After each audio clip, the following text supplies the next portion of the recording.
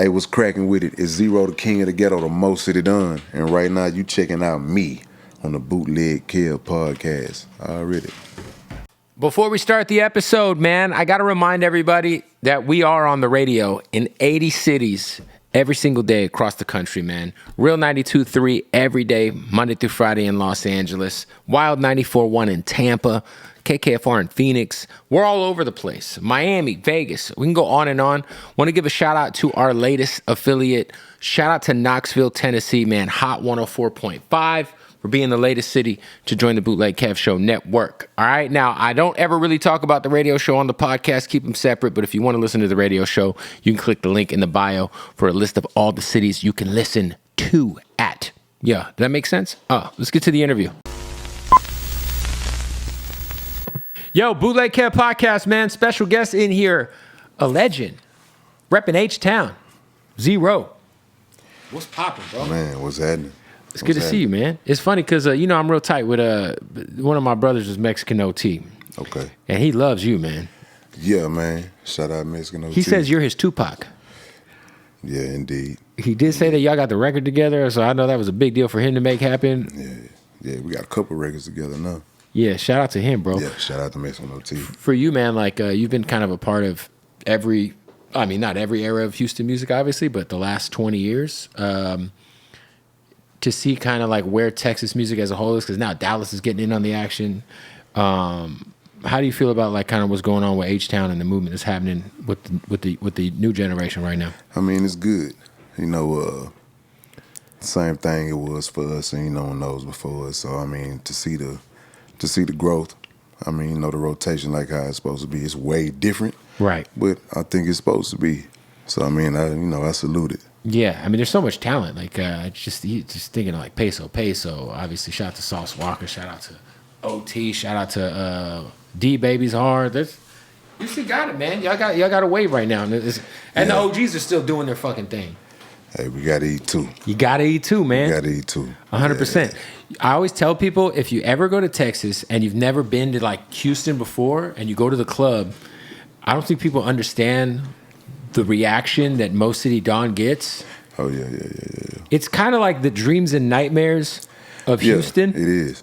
It's that shit crazy because I didn't think it was going to be that one. You know what I'm saying? I knew it was going to be, but I was like, that one? But then, when I listened to it, my shoulder do move a little bit. So, I understand. Yeah, for sure. It's crazy because it's one of them ones that if you grew up in LA, you might not have ever heard it. But then if you go hop on a plane and go to Houston, it's fucking that's how you gonna hear it. Yeah, it's insane. Man. Yeah, it's that shit is it's crazy. 100%, man. Yeah, it's crazy.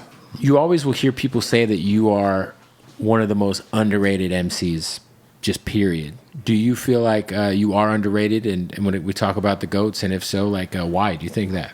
I mean, probably because I'm not as accessible as, all these other people are. Obviously, I'm still independent. So, I do what I do. And it don't really go, I guess, beyond that. Right. So it's kind of like I'm, it's a ceiling there. So, but I mean, I don't know. Having access to get out of that ceiling is something that, we experiment with, because definitely needs to happen. But to say underrated, I mean, it's a yes and no thing. I mean, I feel where it may be coming from, but then at the same time, I know the people that they consider to be GOATs, they know who I am. So I'm not really tripping on it too hard. Facts. Man. You're also, I feel like, one of the guys who used melodies in a way that not a lot of artists really, when you were doing the melodic shit, it wasn't the thing to do. As opposed to fast forward to today, everyone's got crazy melodies and everyone's kind of doing their singing thing, but I feel like you've been doing that for fucking ever. I mean, I had to. It was a money thing. Yeah. Because when I first started off, I couldn't afford to pay nobody to sing that shit for me. So you're I ain't got nobody to do the hook, so I learned how to do it myself, yeah. Wow. I stood in the mirror. Somebody was charging me $500 for something, and I was like, I ain't got no motherfucking $500. So I stood in the mirror I sung the part until it sounded all right. Then I just kept doing that shit after that. I just kept on and kept on and kept on. And I mean, shit, it just became second nature. That's fire. Yeah. And it worked out. It did. It pays a lot of bills. It does. It does indeed, man. Can you tell me what it was like? Because you came up with the Screwed Up Click, and I feel like I kind of got hip to that. Obviously, I knew about like stuff being chopped and screwed, but in terms of like consuming that kind of music, I kind of got into listening to screwed and chopped shit around the time like the first Mike Jones album came out, and like Michael Watts was doing it. But obviously, Screwed Up Click is the originators. Did you understand the like gravity of being a part of like? Did y'all feel like you were part of some historical shit at the time, or were y'all just doing your thing? And it was kind of both. Like in the beginning, obviously it was the ending by the time I got there. Right. But like, I had been watching what this music was doing. You know, you come to Houston and you playing your record. If they like it, first thing they gonna do is slow that shit down. And they weren't just gonna slow it down. They had to be slowed down with the correct type of double beating, and like Screw had to do that shit. So in the first beginning, it was just like, oh man, you know, yeah, it's some cool shit for Houston. Until the people from Canada and, you know, coming from Amsterdam, oh, we just got off the plane. We want to get Return of the Red. We want to get Worldwide Southside and all this here. Like, you want to get all that. So they coming from other countries to come get these back then, which was just cassette tapes. But they were like bootlegs, right? So like they'd go for overseas. People would pay a lot of good money for that shit. But they was coming over here paying regular price. Well, yeah, Screw was selling it out his house. This out the house, like out his daddy house. Crazy. And then you get the store, so now it's like it don't matter where you come from. They flying all the way in because they like, oh no, his store, Screwed Up Click Records and Tapes. Screwed Up Records and Tapes is at the time it was located on Cullen Boulevard. So they just get off the plane and come on Cullen Boulevard, go in there, take pictures with everything, get loaded up, and go back to their respective countries. So I think right before we passed, that's when we was like, nah, man, this shit getting iconic. It's different. Yeah. I feel like as an artist, it had to have, like, you kind of had to feel like you had some shit going. I'm assuming back then, if you were a Houston artist and he screwed your shit up, that mean it had some motion. I mean, yeah, because I mean, how Screw would do it. If we go in there to go do a tape, like if we doing a tape with you, right? It's probably just all right, cool. I won't bow down on here, right? I want friends on here, right? So all he doing is taking the songs that you give him on a list and he just mixing them, and he give you a microphone. So here's your chance to make a cool little old tape for you and your people, or here's your chance to do something iconic and be known as whoever you want to be. You know what I'm saying? So that's kind of like how it was with me. I'm finna go on here and I'm finna fuck some shit up. Yeah. That was I'm gonna start my shit here. I was already on a little record label, but that shit ain't start popping till Screw put his hands on it. Yeah, for sure. Yeah. I was gonna ask you, like, you are somebody who's obviously, you've talked about your relationship with Drake before. We always think about Houston as kind of being a place where that kind of popped off, like sipping, you know what I'm saying? It's obviously it's a big part of the culture. It's taken over hip hop still to this day. I mean, it's still a thing. For you though, like, was it ever? Do you still do that? And hell no. Like, are you sober? I almost died from that shit. Yeah, I was gonna say, I know you went through some health shit with that. Like, can you kind of speak to because we always see it get glorified, right? Right. And everybody's capable of recreationally using any drug, but it's obviously an addictive thing. It's an opiate. So can you kind of just shine a light on just what you went through and some of the dark side of sipping? Man, I'm gonna say the worst thing for me is that I ain't gonna say I discovered the habit right when the money started coming, but right when the money started coming, up until that point, the only thing I did with my money is that. So I do a show, however much it was, I'm guaranteed to spend 50% of that shit on syrup. So right when that shit was getting bad, I was spending like $28,500 a month just on that shit. $28,000 a month? Yeah. Yeah, I mean, I'm not drinking that shit by myself though. Right. Like For you the know, crew, for your people. I mean, you know, for my people, for some sucker ass niggas, for some fake motherfuckers, and for but all I knew, especially where you from, is like shit. Who got some bread around this motherfucker? Oh, he got the gallons, he got the paints. So shit, you buying 4 to 6 ounces of this shit every day. You get you some money. Now you getting 2 and 3 pints of this shit. You ain't drinking all that shit at one time, but I mean, still though, you overloading. So me, I want to buy enough of this shit where I ain't got to be in your face every motherfucking day. Like, how much you got? Right. Okay, I got 9 gallons. All right, give me that all. Give me all that. All right, I'm taking the 9 gallons with me. So 9 gallons, I ain't supposed to see your ass for the rest of the year. Facts. I'm going to see you in about 60 days, though. Great. Yeah, so, I mean, I got a partner in here right now. He was drinking some of that shit with me. You know what I'm saying? So, but I mean, nah, I fucked around and locked up. I fucked around and stroked out on that shit. Was that while you were on it or while you were trying to get off it? Both. Because I know you go through withdrawals, right? I mean, yeah. But I mean, I had drunk so much of that shit in my life. When I stopped drinking, it ain't ever really feel like it. I was still doped the fuck up. It was just in you. Yeah. And when I asked, I guess you would say a higher power to help me with my habit, I caught a case. I was pulling up to a video shoot, and the cops came out of nowhere. And, down there is a state jail felony. So they take me to jail for the syrup. I missed the video. These dumb motherfuckers leave the syrup in my car. So I get out of jail. Heavy and Mike D take me to my car. I'm out on bond for some shit that's in my back seat. Right. So now. they ain't even got no evidence. Right. So I'm like, damn, this fucked up. I'm gonna go to court and this shit gonna get dismissed. They ain't got the drink. Right. I drunk that shit. And then I went to go mess with somebody at a studio, and then before I knew it, my left side wasn't moving, and then I had a seizure.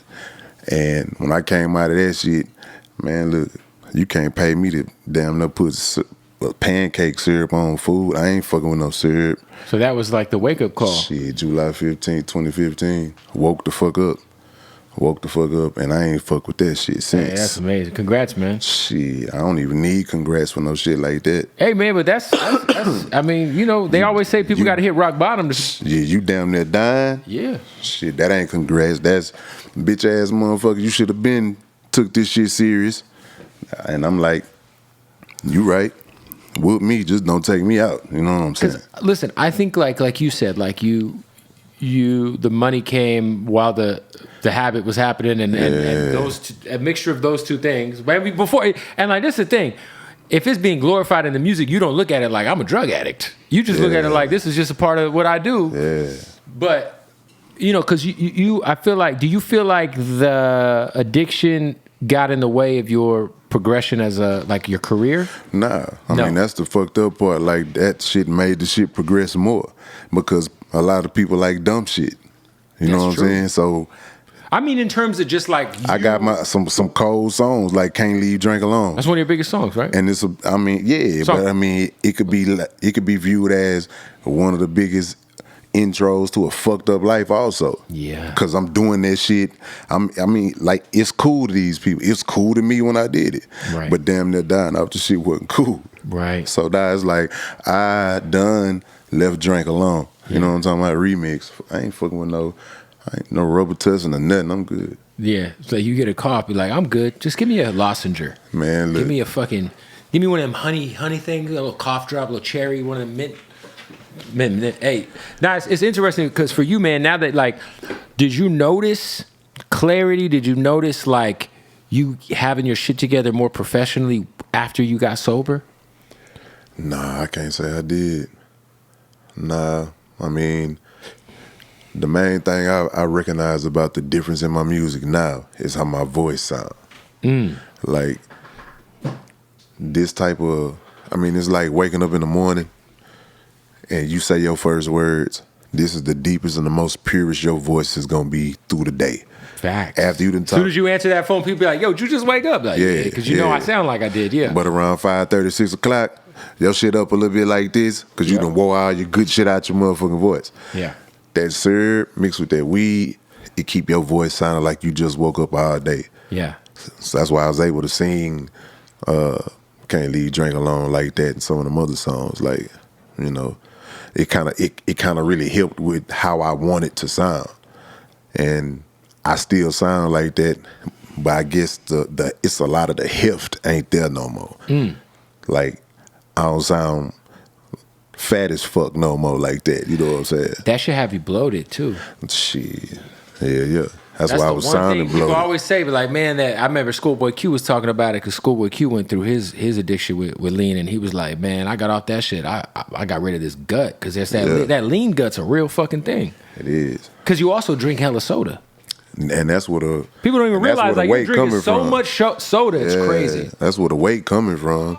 Because how many 2 liters of soda in a man, say at the end of my shit, it wasn't even no more 2 liters of soda. I was so into it, motherfucker, just get a paint and just go to the juice aisle and just go get a gallon water and just pour the paint in the gallon water and just put that bitch in the freezer. Right when it slush up like Sonic ice, take that motherfucker out, no cup, just ride out there and just turn up a gallon. Lean slushy. Yeah. In a gallon. But a gallon though. Fuck. Then be riding this motherfucker on interviews. I look at my old interviews, motherfucker be like, man, that nigga Zero be stuttering like a motherfucker. No, he don't. He on his syrup. Yeah. I roll so with you.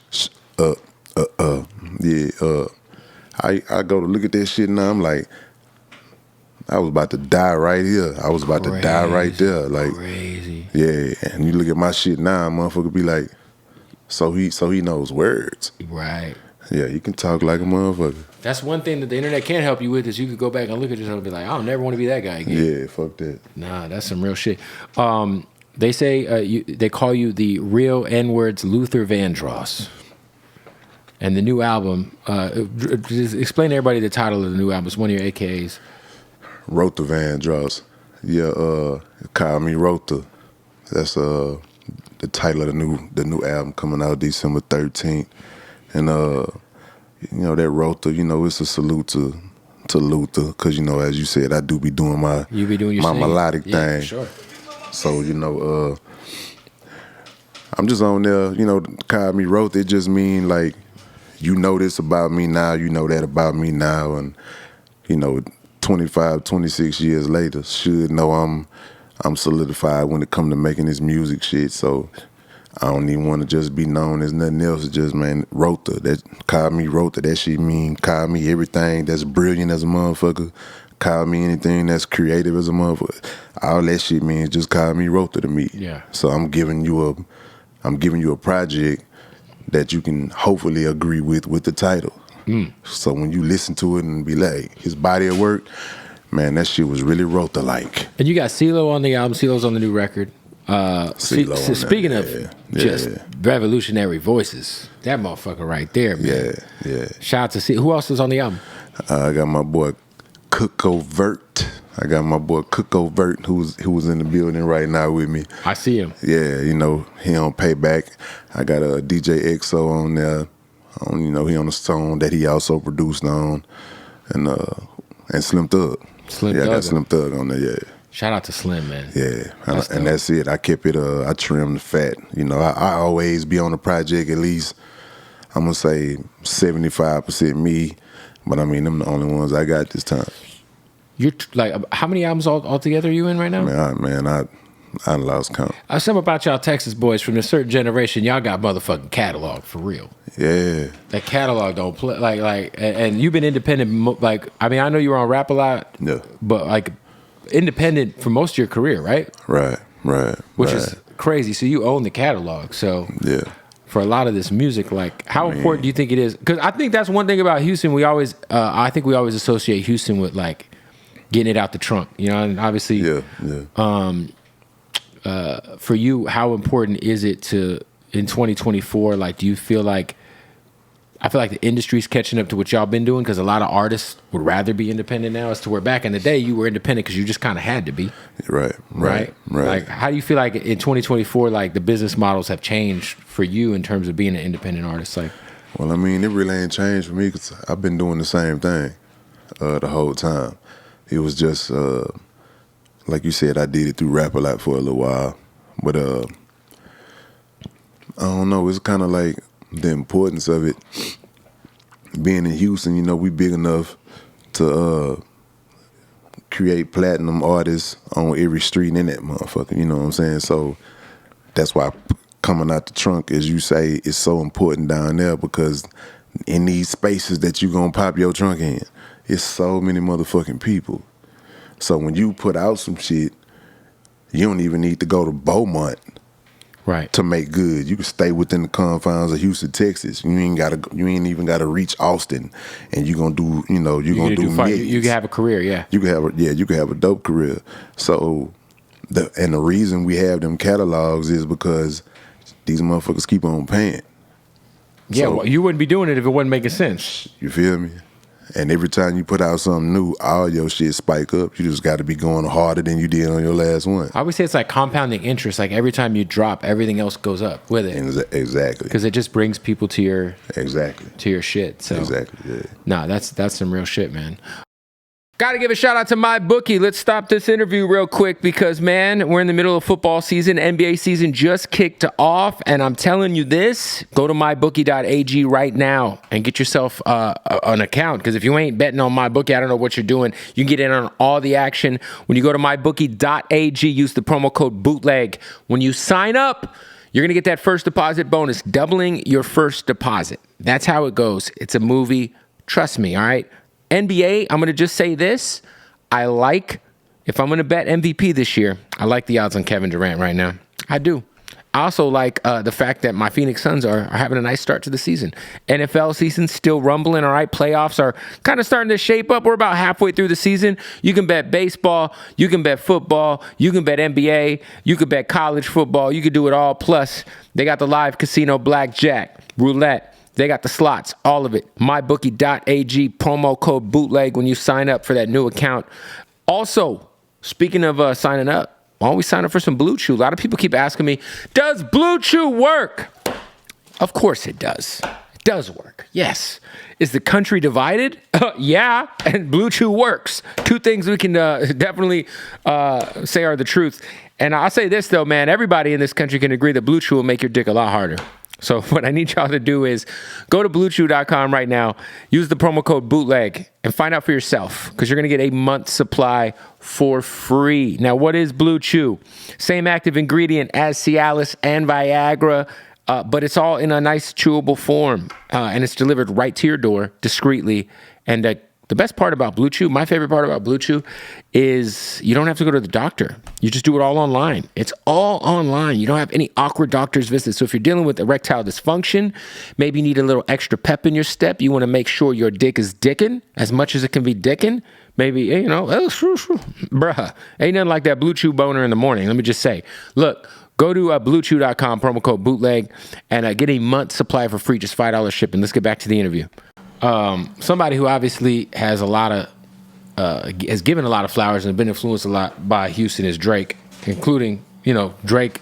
You're obviously influenced. He's paid homage to you. I feel like, you know, it's easy to kind of shit on Drake right now if you're like hip hop media, but Drake showing you love and kind of like giving you flowers in terms of like being an influence on him. How crazy was that era? Because that was like early 08, 09. At the beginning of this craziness that we, you know, this. Yeah, that was cool. Yeah, I was listening to a lot of that early shit. I was like, yeah, this shit is cool. This gonna do something. Like, it's gonna do something big. And to hear that he was even out there doing my shit at a couple of his shows. Yeah, I was like, yeah, that's dope, because he's like one of them guys at the time. For sure. I mean, but at the time, he was like, I mean, I felt like the September 18th shit was like, some people thought he was from Houston. Yeah, I mean, you would listen to it, and if you ain't know the wiser, you would think that. You know what I'm saying? Because a lot of what Houston is, you're gonna hear it in a lot of people's shit today. Yeah, for sure. But I mean, it definitely was all over his shit, and I mean, it was dope. It started with him doing it at I want to say, I think it was Club Hush. He performed it, and He tried to stop the crowd, and the motherfuckers was like, nah, nigga. We finna rap this bitch. He had to say, nah, man, look, I got a show limit. Y'all gotta let me finish this motherfucker. They're like, And nope. then the next time with the Verizon Theater, he had me come out and he did that bitch with me. Oh, that's fire. Yeah, Whoa, that's that's cool. crazy. Yeah. Do you feel like, because, you know, I think Drake has done a lot. It feels like he's done a lot of events in Houston to like do his best to kind of like give back, even though like, you know, because he's been influenced by the sound. Some people don't necessarily do that. You think he's done a lot to be like, I'm not taken from the culture. I'm inspired by the culture, but I'm gonna, you know, do what I can to give back to the community type shit. I mean, could be. I mean, to be honest, I don't All really up be in paying it, attention. Yeah, Facts. I be trying to get me. You know what I'm saying? I hear about what I hear about, but I mean, whenever I hear about him being in the city, it be always some cool shit. Yeah. You know what I'm saying? Especially now living so close to the city. You know what I I'm feel saying? like the H-Town club set that you're gonna hear is you, Mo City Don, obviously. Somebody will throw in September 18th, Yeah. and then Get Throwed. Get Throw might be in there. Yeah. Get Throw might be in there. I would say Mo City Dawn September 18th, and then I would say June 27th. Okay. I would say June 27th, you know, which is where he got, you know, that from. Yeah, right.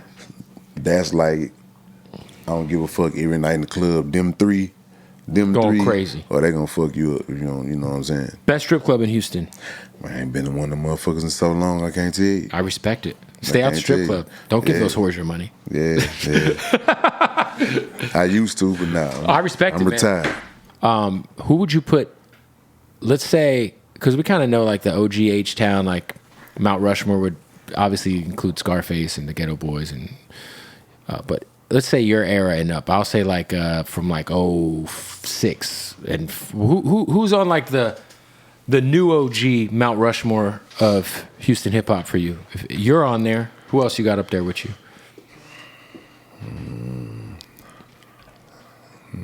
Out of the newer era. The new OG guys. You know, your era and up. Well, you I know. got to say Slim Thug.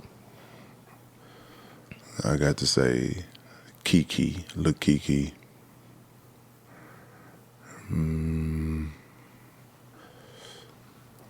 Paul. Shout out to Paul. Yeah, Paul Wild.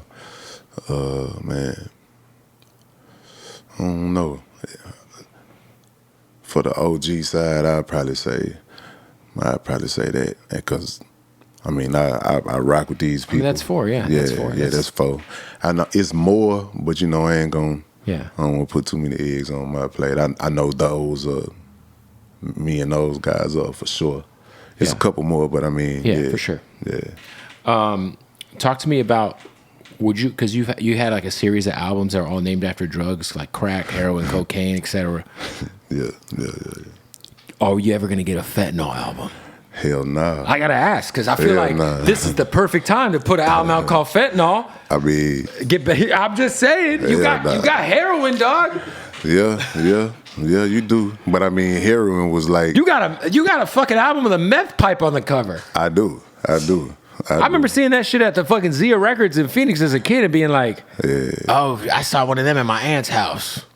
See, It was meth. The fact I don't know what the fuck fentanyl really is, except it just be taking motherfuckers down when it's good. Nah, I don't want to take you down all the way. I want you to jam. I don't want you to bob your head, but I want that motherfucker to come back up though. I don't want you to die. Heroin be taking motherfuckers down, dog. It do. But you can see heroin though. Yeah, for sure. I don't know what the fuck fentanyl look like. Do you ever feel like you kind of got out of drugs at the right time before all this shit got weird and spiked with all this craziness? Man, look, I ain't do nothing crazier than syrup. So you never got into any of the syrup was just kind of where it was at. I hear like nowadays, even like there's certain people who saying that they're spraying weed with fentanyl. I'm like, who the fuck is doing that, Yeah, bro? because they shit be weak and they want their shit to be strong when they sell it to you. They probably not trying to kill you with. But that shit's insane. Yeah, that's what I'm like, yeah. Like I want to kill you with my music, but I don't really want to kill you with my music. Yeah, not like hypothetically, of course. Yeah. I'm going to get sued or some shit. Being from Texas, have you ever gone hog hunting? I ain't never actually shot one of the motherfuckers, but I've been on one before. a long time ago. Like on a hunt? Yeah, out there with some uncles and shit. Hell nah. You didn't like it? Nah, I mean, you know, I went out there thinking that let's just say I had the wrong shit on. Oh, for sure. I had the wrong shit on. And I was like, damn, I paid $900 for these. Man, I was mad than a bitch. I got a similar story. I went to Texas with OT. Oh, yeah, nah, your shit was fucked up. Listen, I was in Bay City with this fool. Yeah. We had like a 12-hour day of hunting. We did the helicopter thing, and then we had a late night, like, Call of Duty. Everything's pitch black. We got night goggles on. I got Travis Scott fucking Jordan 1s on. They're fucked. They're just mud. Like you said, you got to wear some bullshit if you're going to, yeah, for sure. You were trying to be fly. You said, I had $900 shoes on to go hunting. Yeah. I didn't have no shit to go hunting in. It was just like, hey, you want to go? I'm like, yeah, let's go. Shit, I'm trying to roll up weed, and then I'm like, hold on. Like, y'all want me to actually get out the car? They were like, nah, this is like, we gonna ride up in there. I'm like, and then do it. Then we gonna get out and walk? Y'all tripping. I got on all beige. I'm tripping. I had on some threes, had on some leather threes. Oh, yeah. Not the threes. Man, them bitches was $840. I was like, nah, I'll fuck a hog after that. Hey, we're about to kick off another interview brought to you by Hardin. That's right. If you're in Vegas, it's the #1 dispensary in the country, the craziest selection of premium cannabis. And all you got to do is shoot them a follow, Hardin_Las Vegas, HardinLasVegas.com. When you're in Vegas, tell them I sent you. Let's get into the interview. Hey, Odd Socks, our longest standing sponsor. Our brothers, first of all, want to give love to our family at Odd Socks, you know, dealing with the remnants still of the 2 hurricanes that hit the Tampa area. You know, our Odd Socks family, they are located in the Tampa area. Look, this is what we're doing, man. You get 20% off all of the Odd Socks, the most comfortable socks in the world. Yes. Whatever you're into, they got. I mean, you just saw some Scarface, some South Park. How about some Mountain Dew, Baja Blast? You know, these are fucking fire. Man, Office Space. They got all the crazy licenses, Jurassic Park. I mean, we can keep going on and on and on. My favorite, honestly, if I'm just keeping a buck, are just the basics, though. Just the basic socks. They're just so comfortable, man. They're the best, all right? So look, if you want the most comfortable socks in the world, and let's also throw on some of the most comfortable draws in the world, why not? Let's see what these look like. Huh? Little G.I. Joes? Ooh. I ain't mad at the G.I. Joe draws. Listen, oddsocksofficial.com. I need y'all to use that promo code, Bootleg, right now. Save 20% off at checkout. Great gifts. And like, honestly, throw out all your other socks and just get like 2 or 3 packs of Odd Socks Basics. I promise you, you're going to thank me later. Let's get back to the interview. I'm curious if you could do a joint album with anybody right now who's on the younger side of the hip hop spectrum in H-Town. Who would it be?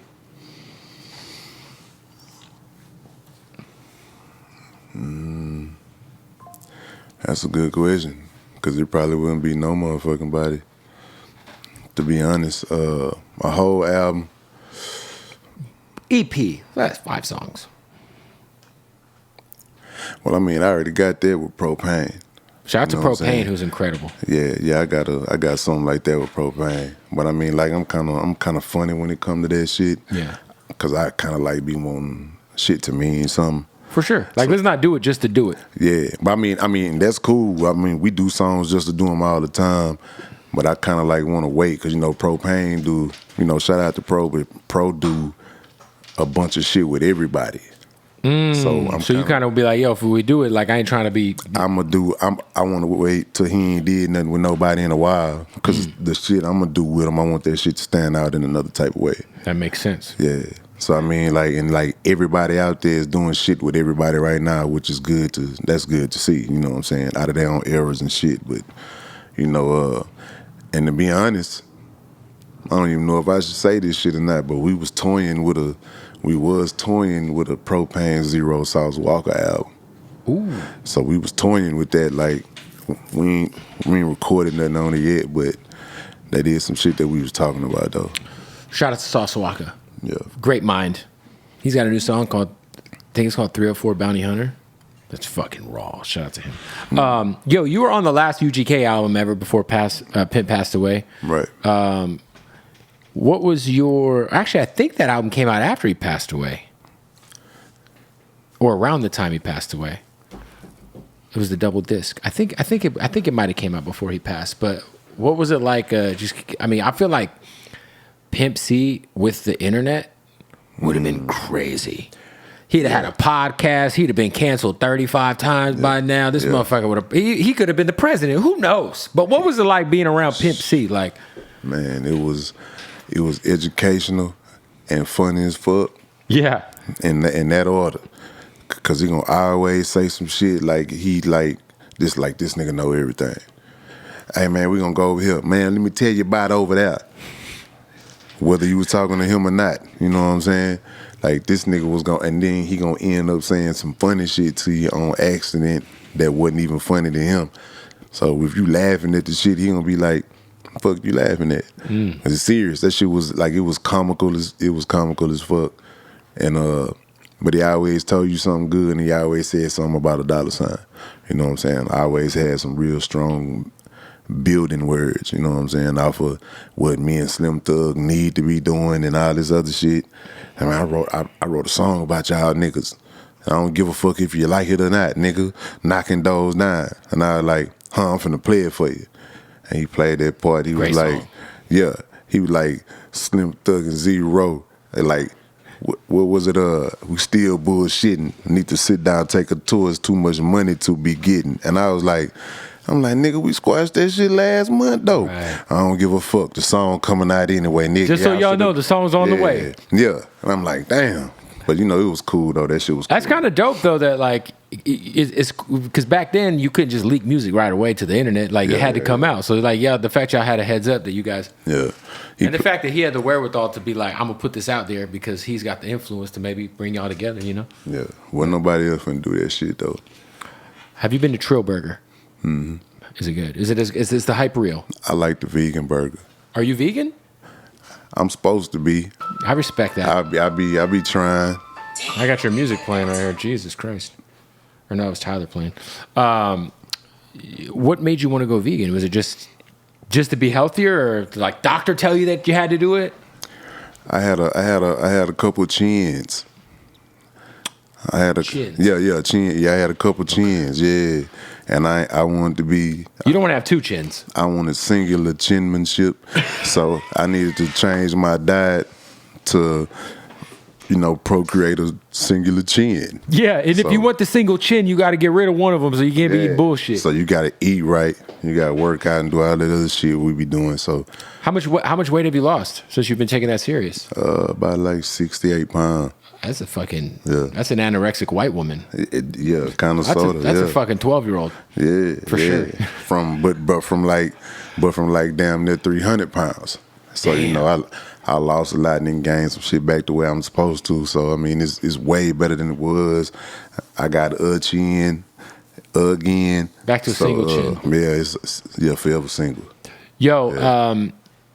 Do you, I always find it interesting that we have like a couple of the biggest artists in the world. Well, not a couple of, obviously Beyonce if we're considering her, but in hip hop at least, Meg and Travis are kind of like, they're literal superstars. And it's interesting because I had this conversation with Sauce Walker. He was saying that a lot of, I think he was talking more about Meg, but he was essentially saying like the outwardness of them repping H-Town sometimes isn't where he would like to see it. Because I feel like when you think of Meg, the first thing you don't think of, like you kind of got to be reminded she's from Houston. But how crazy is it like for you to see kind of like where those two people's careers have gone, being from the city, like, but somehow I feel like they don't get necessarily associated in the same way we think of like Slim Thug or even like OT. OT's so like shoving it down your throat, bitch, I'm from Texas, you know what I'm saying? Yeah. Well, OT cheating, he got Texas in his name, you know what I'm saying? So, you know what I'm saying? That Mexican out of Texas. So, you got to think that just off his name. Right. And he has a fucking cowboy hat on at all times, so there's that. He always looking like he on a ranch. Like, it's Texas as fuck. Yes. But for me, Man, I don't even give a fuck. Yeah. I don't even give a fuck because, I mean, man, people do what people do. Yeah. You know what I'm saying? You want to say... Even like Don Toliver. Don Toliver's fucking huge. Yeah. He's from Texas. He's from Houston. Yeah. I mean, you know, some people do, some people don't. Yeah, for sure. Yeah. You have any, like you and Travis ever chop it up about maybe doing a record together or anything? We talked about it. Yeah. We talked about it. I did something back in the Gap that didn't see the light of day on there. But, oh, really? Which yeah. album was it supposed to be on? Astro World? Whatever pornography was on. Ah. Yeah. I think that was Rodeo. Whatever it was. Yeah. Yeah, whatever it was. But I mean, shit. That'd be crazy. Yeah. I mean, you know, that happens a lot. I'm sure it does. I mean, and you can't take it personal because it just happens. I ain't tripping. Yeah, nah, for sure. Nah. Yeah, Don Toliver, I remember someone told me that Cheddar the Connect found Don Toliver. And I was like, flick of the wrist guy? Fire. That's some Houston ass shit. Shout out to Cheddar the Connect. All right, so your new album is coming out in December? December 13th. December 13th. The new record with CeeLo is currently out? Or is it coming? Nah, it's coming soon. Coming soon. Yeah, coming soon. Yeah, I think we're gonna lead out with this little freestyle I done, No Ice. I think we're gonna lead out with that on the 8th, I believe. Fire. Yeah, and then the CeeLo record gonna come after that. Then Rotha gonna come after that. And then I'm going December 13th. I love it. Yeah. Yeah. Shit And this gonna is be your dope. second album this year, huh? Yeah. Yeah. Mm-hmm. Yeah, you don't, man, y'all but Texas boys don't play about putting out your projects, dog. And the Bills don't play. We gotta keep going. Hey, but I ain't gonna lie. Yeah.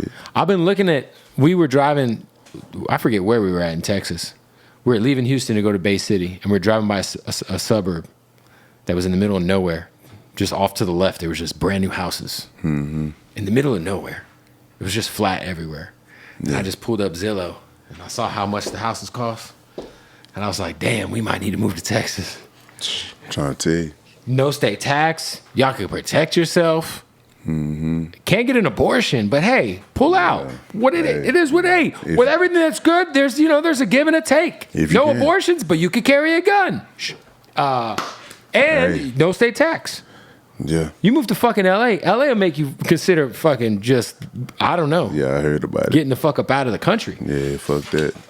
Nonetheless, man, Zero, I appreciate you pulling up, bro. You're a legend. And your new album is on the way, so make sure y'all go support it. Go support everything this guy's got going on. For real. Appreciate you, man. You, man. Zero. Yes, sir. Already. Fire.